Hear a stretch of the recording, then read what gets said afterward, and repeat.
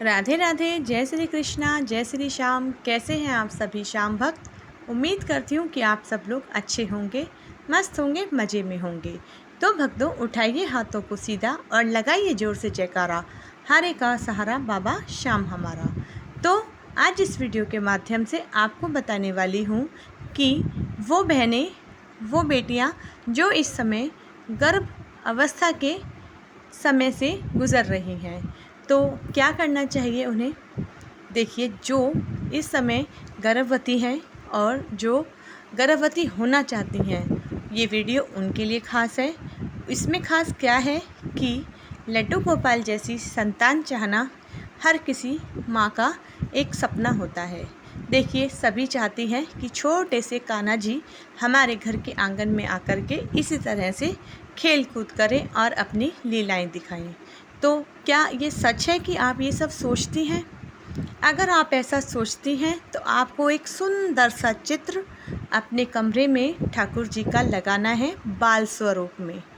और बाल स्वरूप में जो ठाकुर जी यदि आपके पास हैं और आप उनकी सेवा करती हैं, तो आपको उनसे हाथ जोड़कर यही प्रार्थना करनी है कि हे मेरे बाल गोपाल, हे मेरे लड्डू गोपाल, आपके जैसा स्वरूप, आपके जैसा रूप और आपके जैसी बल बुद्धि और आपके जैसा विवेक जो संतान मेरी गर्भ में पल रही है, उसके अंदर इसी तरह की सब चीज़ें होनी चाहिए।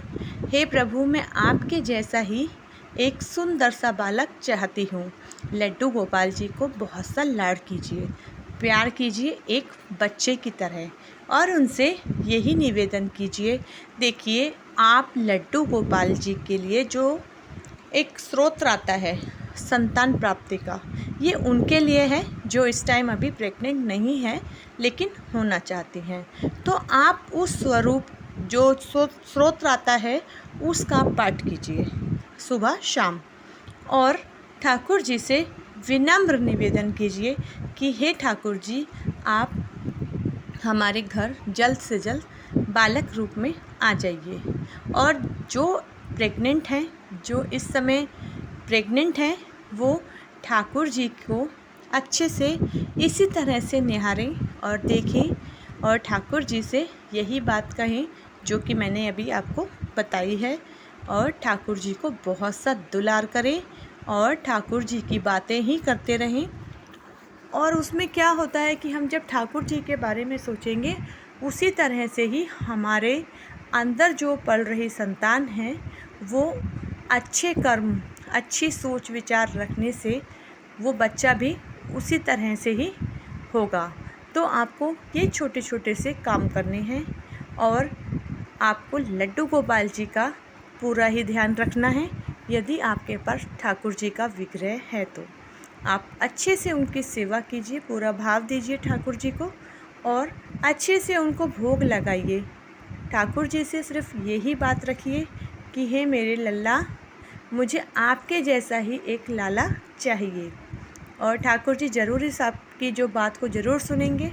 और इस काम को आप करते रहिए जब तक कि आप इस अवस्था से गुज़र रही हैं। और ये सब करने से जो आपकी संतान होगी वो बिल्कुल लड्डू गोपाल जैसी ही होगी। देखिए, अच्छा सोचने से, अच्छा करने से जीवन में अच्छा ही होता है, ये आपको पता होना चाहिए। तो क्यों ना ये छोटी छोटी सी बातें करके हम अपने जीवन में कुछ अच्छा कर लें। हर माँ की इच्छा होती है कि वह एक माँ बनना चाहती है और माँ बनने से जो स्त्री है वह पूरी हो जाती है। इसीलिए ठाकुर जी जैसी संतान हमें मिले, ठाकुर जी जैसे जो सद्गुण है उस संतान में आए, इससे बढ़कर हमें और क्या चाहिए। क्या आप सचमुच सोचती हैं? तो मुझे आप कमेंट में ज़रूर बताइएगा कि मैंने जो आपको बताया वो आपको कैसा लगा। और जो ठाकुर जी का है काम, वो भी आप अच्छे से कीजिए।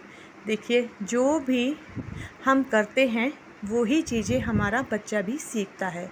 तो संस्कार हमें पहले से ही अपने बच्चे को देने चाहिए, ये आप लोग जानते ही होंगे। ऐसा करने से जो हमारी संतान पैदा होगी वो भी पहले से ही इन चीज़ों को लेकर या इन सभी चीज़ों से, इन बातों से काफ़ी समझदार होगी। तो आपको ये काम ज़रूर करना है। और आपको क्या करना है, क्योंकि मैंने आपको बताया है कि आप जिस रूम में सोती हैं वहाँ बहुत सुंदर सा ठाकुर जी का एक फ़ोटो, उनका चित्र आपको लगा लेना है जो बाल स्वरूप में हो, जिसे आप दिन रात उठते बैठते खाते पीते मतलब जो भी आप कर रही हैं सिर्फ आप देखती ही रहें।